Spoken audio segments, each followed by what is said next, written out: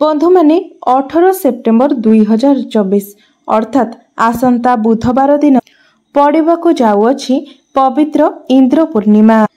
एहा सहित वर्षर द्वितीय तथा अंतरिम चंद्रग्रहण लागिबाकु जाउछि, जहा एक विरल महाजागतिक दृश्य भाबरे महाशून्य संगठित हेबाकु जाउअछि। इंद्र पूर्णिमा एवं चंद्रग्रहण गोटिए दिन रे पड़ुथिबारु एहा बहुत ही विरल रहिबो एवं एपरि एक संजोग दीर्घ 500 वर्ष परे पड़िबाकु जाउअछि। तेबे एही ग्रहणटी ग्रह मानक मध्यरे एक अद्भुत महासंजोग सृष्टि करिबाकु जाउछि।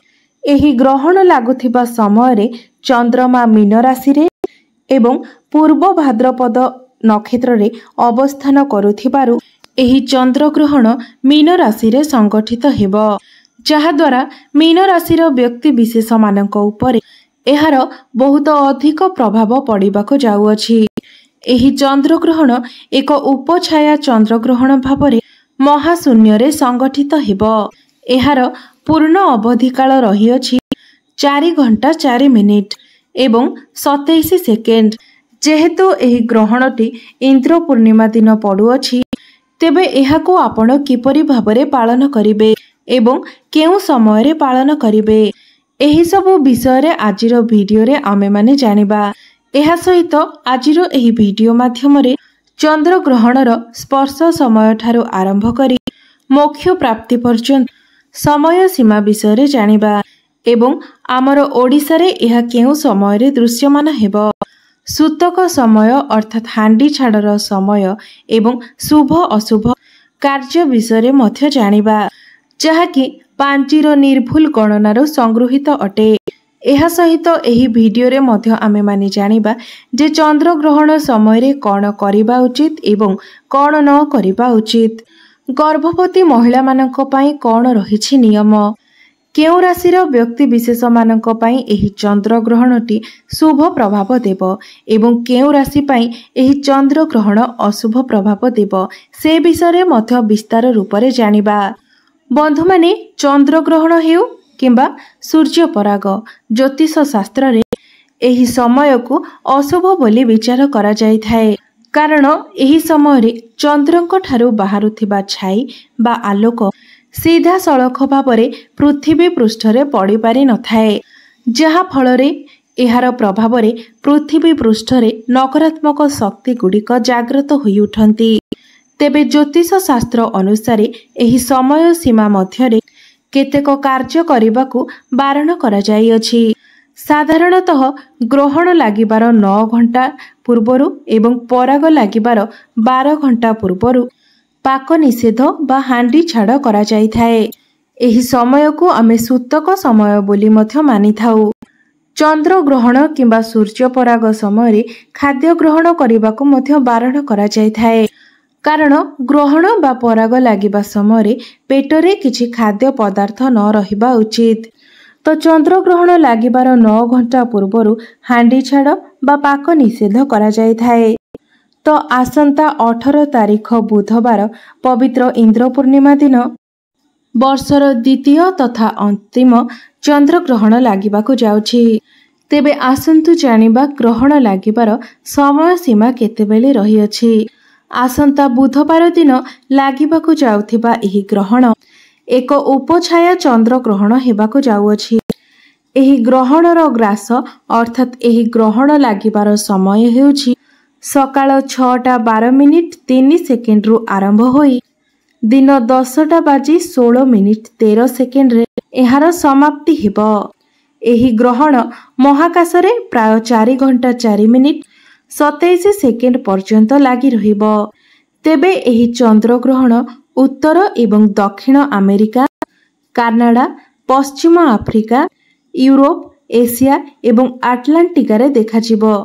तेबे ग्रहणर सूतक समय ओडिसा रे मान्य हेबो कि नाही? तो बंधु माने एही चंद्र ग्रहण भारत एवं ओडिसा रे दृश्यमान हेबो नाही, कारण एही ग्रहणटी दिन समय रे लागिबाकु जाउअछि।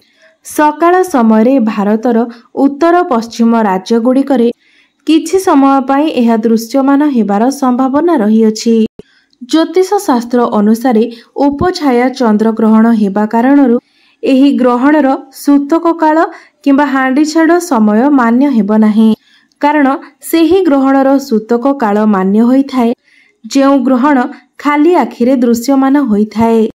तो जेहेतु यह एक उपछाया चंद्रग्रहण एवं यह खाली आखिरे दृश्यमान हेब नाही, तेणु आसंता 18 तारिख दिन अर्थात बुधवार दिन लागिबाकु जाउथिबा चंद्रग्रहणर सूतक काल मान्य हेब नाही एवं देवनीति मध्य बंद हेब नाही। तेबे बंधु माने एही सूतक काल आमर ओडिसारे मान्य नहेले मध्य एहार प्रभाव आमर संसार उपरे पड़िबो। तो गर्भवती महिला माने एही समय सतर्क रहिबा उचित। गर्भवती महिला माने एही दिन घर बाहर को जीवा अनुचित अटे। चंद्रग्रहण समय चंद्रंकर छाया जदि गर्भवती महिलांकर पेट उपरे पड़ी थाए तेबे गर्भरे बढ़ुतिबा शिशु को शारीरिक दोष लागि जाई थाए, जहा फलरे एहा आपणकर शिशु पाई एक समस्या सृष्टि करि थाए। तेणु गर्भवती महिला माने एही समय रे बाहर को बाहरंतु नाही। चंद्रग्रहण समय कोनोसी शुभ कार्य करंतु नाही किंबा कोनोसी शुभ कार्य करबा पाई आलोचना मध्य करंतु नाही, कारण एहा द्वारा आपणकर अनिष्ट होई थाए। तो बंधु माने आपण माने समस्ते एही द्वंद्वरु बाहरिबा उचित जे भारत रे एही चंद्रग्रहण दृश्यमान हेब नाही। तो एथिपाई आम भारत रे सूतक काल मध्य मान्य हेब नाही। मात्र एही चंद्रग्रहण भारत रे देखा न देले मध्य राशि चक्र उपरे एही चंद्रग्रहणर प्रभाव निश्चित रूपरे पड़िबो। ग्रह मानकर स्थिति रे एक विराट परिवर्तन हेबाकु जाउछि। विशेष करी चंद्रग्रहणर प्रभाव 5 कोटी राशि मानक उपरे पड़िबाकु जाउछि, जहा द्वारा एमानकर जीवन संपूर्ण रूपरे बदलिबाकु जाउछि। तो बंधु माने एही 5 कोटी राशि मानकर दुखर दिन एबेठारु शेष हेला। चंद्रग्रहण परठारु एही 5 कोटी राशि हेबाकु जाउछन्ति भाग्यशाली। तो बंधु माने राशि चक्रर प्रथम भाग्यशाली राशि हेउछि वृष राशि। एही चंद्रग्रहण परठारु आपणकर आर्थिक स्थिति रे अनेक उन्नति हासिल हेबो। आपणकर आगामी समय सुखमय हेबाकु जाउछि। व्यापार वाणिज्य रे धन लाभ हेबार संभावना बनुछि। एही समय रे आपणकर यात्रा लाभदायक हेबो। आपणकु जीवन रे चालिथिबा समस्त प्रकारर दुख एवं कष्टर अंत हेबाकु जाउछि। चाकरी करुथिबा व्यक्ति मानक पई एही चंद्रग्रहण परठारु समय अत्यंत शुभ रहिबो। एही राशिर व्यक्ति विशेष मानकर गृहरे खुशीर वर्षा हेबो। आपण आपणकर प्रेम क्षेत्र रे मध्य सफलता लाभ करिवे। द्वितीय राशि हेउछि मिथुन राशि। एही चंद्रग्रहण परठारु आपणक जीवन रे सफलतार स्रोत बहिबाकु जाउछि। आपणकर प्रत्येक चेष्टा रे आपणकु सफलता प्राप्ति हेबाकु जाउछि। आपणक गृहकु सुख समृद्धि एवं धनर आगमन हेबो। एही चंद्रग्रहण परठारु आपणक जीवन रे एक नूतन परिवर्तन हेबो। जदि आपण बेरोजगार अछंती तो आपणकु भल चाकरी मिलिबार मध्य योग बनुअछि। नूतन कार्य रे आसुथिबा समस्त बाधा विघ्नर नाश हेबाकु जाउछि। सामाजिक कार्यकलाप रे आपणकु सफलता प्राप्ति हेबो। जीवनर प्रत्येक असुविधा आपणकर दूर होइजिबो। आपणक द्वारा जदि काहाको किछि धन दिया जाइछि एवं ताहा आपणकु मिलि पारु नथिला तेबे ताहा मिलिबार मध्य योग देखा जाउअछि। गृहरे सुख शांति एवं आनंदर लहरी लागी रहिबो। धन रोजगार करिबार नुआ नुआ रास्ता आपणक पई खोलिबाकु जाउछि। तृतीय भाग्यशाली राशि हेउछि पिछा राशि। एही राशिर व्यक्ति विशेष मानक उपरे मां लक्ष्मीकर कृपा बनिबाकु जाउछि। आपणक जीवन रे सफलता प्राप्त हेबार योग खोलिबाकु जाउछि। आपणकर आर्थिक संकट एवं समस्त ऋण कर्जरु आपणक मुक्ति मिलिबो। आपणक जीवन रे एही चंद्र ग्रहण परठारु आपणक प्रत्येक कार्य रे सफलता मिलिबो। आपण दिन राति परिश्रम करी उन्नति करिवे एवं एहा सहित एक नूतन परिचय मध्य सृष्टि करिवे। आपण माने महत्वपूर्ण कार्य निर्णय नेबारे सफलता प्राप्ति करेंगे। आगामी समय आपणकर भाग्य घोड़ा ठारू अधिक जोरे दौड़ाक लगिब एवं एही चंद्रग्रहण परठारू आपणक जीवन में खुशीर वर्षा हेब। आपणक पई धन रोजगार नूतन रास्ता सबू खोलिबाक लागिब। अचानक भावरे आपणको आर्थिक लाभ मिलिबार संभावना सृष्टि हेउछि। चतुर्थ भाग्यशाली राशि हेउछि धनु राशि। आपणक गृह रे एही चंद्रग्रहण परठारू सुख समृद्धि एवं धनर आगमन हेबाको जाउछि, जहा फल रे आपण मानकर सामाजिक प्रतिष्ठा मध्य बढ़िजिवो। आपण मानकर व्यापार वाणिज्य क्षेत्र रे लाभ पाइबार संपूर्ण संभावना अछि। चाकरी क्षेत्र रे उन्नतिर कोनोसी बड़ खुशी खबर आपणको प्राप्त होई पारे। धनर अपार वृद्धि हेबार संभावना अछि एवं चाकरी रे पदोन्नति हेबार जोग मध्य सृष्टि हेउछि। प्रभु जगन्नाथଙ୍କ आशीर्वादरू एही चंद्रग्रहण परठारू आपणक जीवन रे समस्त प्रकारर खुशी आसीबाको जाउछि। आपण अति कठिनरू कठिन काम को मध्य सहजरे शेष करी आगको बढ़ी चलिबे। जदि आपणकर किछि कोर्ट कचेरी मामला रहिछि तेबे ताहा मध्य आपणक सपक्ष रे जीव। पंचम भाग्यशाली राशि हेउछि कुंभ राशि। एही चंद्रग्रहण परठारू व्यापार वाणिज्य करुथिबा व्यक्ति माननकु व्यापार वाणिज्य क्षेत्र रे अहेतुक धन लाभ हेबार संभावना सृष्टि हेउछि। आपणकर सफलता को देखि आपणकर शत्रु माने आपणक प्रति अत्यधिक उग्र होई पड़िबे एवं आपणकर क्षति साधन करिबार बाट खोजिबे एवं सेथि पई अनेक चेष्टा मध्य करिपारंती। मात्र आपणଙ୍କୁ सेथिपाई डरिबार कोनोसी आवश्यकता नाही, कारण आपणଙ୍କର एही शत्रु माने सेमानଙ୍କର चेष्टारे विफल हेबे। सेमाने कदापि भी सफल होई परिबे नाही। शिक्षार्थी माननकु अति शीघ्र निजर गुरुजन मानक ठारू किछि बड़ जिनिस प्राप्त होई पारे। एहा सहित परीक्षा रे सफलतार जोग मध्य बनुअछि। घर परिवार रे आपणଙ୍କୁ आपणकर पत्नीकर सहयोग सबुठारु अधिक प्राप्त हेबो एवं सुख दुख रे आपणकर स्त्री किबा आपणकर स्वामी आपणकर साथी होई सबु दुख कष्ट रे साथ देबे। मां लक्ष्मीकर कृपा दृष्टि आपणकर एवं आपणकर परिवार उपरे बनी रहिबो। तो बंधु माने एही जे चंद्रग्रहण लागिबाको जाउछि चंद्रଙ୍କ सहित संबंधित थिबा राशि मानक उपरे मध्य एहार दुष्प्रभाव पड़िबो। आमर 12टी जाक राशि मानक मध्यरु जे राशि गुड़िक चंद्रमांक द्वारा संबंधित अटंती नवग्रह मानकर दुष्प्रभाव सेही राशि मानक उपरे पड़िबो। तेबे राशि चक्र रे एपरि 3टी राशि रहिछन्ते जे माने चंद्रमांक द्वारा संबंधित अटंती एवं सेमानक उपरे एही चंद्र ग्रहणर दुष्प्रभाव पड़िबाको जाउछि एवं सेमानकु सावधानता अवलंबन करिबार अछि। तो एही 3टी राशि मानकु 18 सेप्टेम्बर दिन विशेष रूप रे ध्यान देबार अछि। 18 सेप्टेम्बर दिन सेमानकु विशेष रूप रे सावधानता अवलंबन करिबार अछि।